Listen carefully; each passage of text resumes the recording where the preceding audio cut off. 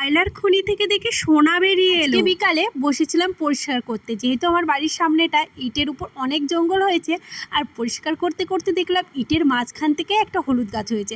আর দেখো পুরো ইটের উপর এই যে হলুদটা হয়েছে, ভাবলাম গাছটা এতদিন কি করে বেঁচে আছে, ও কত কষ্টে বেঁচে আছে বলো তো।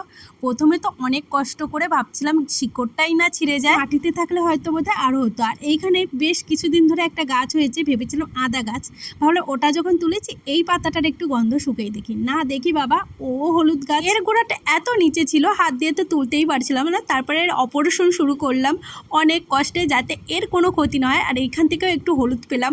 আজকে আমার ভাগ্যটাই তো ভালো, হলুদের পর হলুদ পেয়েই যাই। হলুদগুলো কোথা থেকে হলো, কি করে হলো, সেটা কিন্তু আমার জানাই নেই। এখানে দেখছিলাম আর কোনো হলুদ পাই কিনা, কিন্তু দেখলাম না, শুধু মাটি আর মাটি। আমার বাড়িতে আগের থেকে অনেকগুলো হলুদ গাছ আছে, ভাবলাম তাদের পাশেই আমি একে লাগিয়ে দিই। গর্ত খুঁজতে খুঁজতে হলুদ পাই আর না পাই, দুটো ছোট ছোট গুলি পেয়েছিলাম। তারপরে এই যে গাছটাকে লাগিয়ে দিলাম এদের সাথে। আমার চ্যানেলে প্রথম ভিডিও দেখছো, প্লিজ একটা লাইক আর সাবস্ক্রাইব করে পাশে থেকে আসতে হবে। আসি।